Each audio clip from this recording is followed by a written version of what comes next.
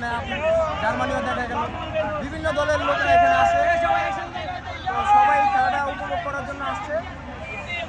সবাই পাশে থাকবেন এবং দেখতে থাকবেন আমাদের ভিডিওগুলো এবং লাইক